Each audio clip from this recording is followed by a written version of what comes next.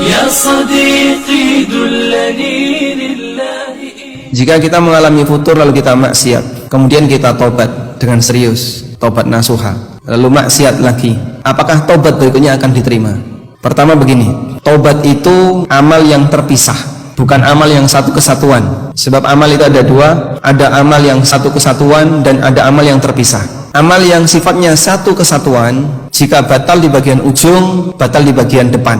Ada orang puasa 5 menit sebelum maghrib mengalami haid, bagaimana nasib puasanya? Batal, walaupun kurang 5 menit, sehingga dia merasa jengkel, wah kenapa nggak dari pagi tadi? Dalam kondisi ini, ibadah puasa adalah ibadah satu kesatuan. Kemudian ada ibadah yang sifatnya terpisah, ya tajazza. Untuk ibadah yang sifatnya terpisah, maka penilaiannya terpisah. Sehingga misalnya ibadah pertama ikhlas, diterima oleh Allah. Ibadah yang kedua tidak ikhlas. Apakah ibadah yang kedua ini membatalkan yang pertama? Tidak. Orang yang tobat juga seperti itu. Dia tobat A, terus setelah itu berbuat dosa A lagi. Lalu dia tobat A lagi, terus setelah itu berbuat dosa A lagi. Sehingga dia dosa tobat berkali-kali seperti itu. Apakah tobat yang kedua ataukah dosa yang kedua membatalkan tobat pertama? Tidak.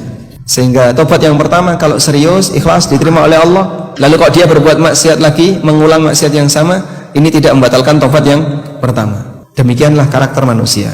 Meskipun ini bukan pembenar bagi kita untuk berbuat maksiat, tapi ini sedang menjelaskan bahwa posisi maksiat yang kedua tidak membatalkan tobat yang pertama.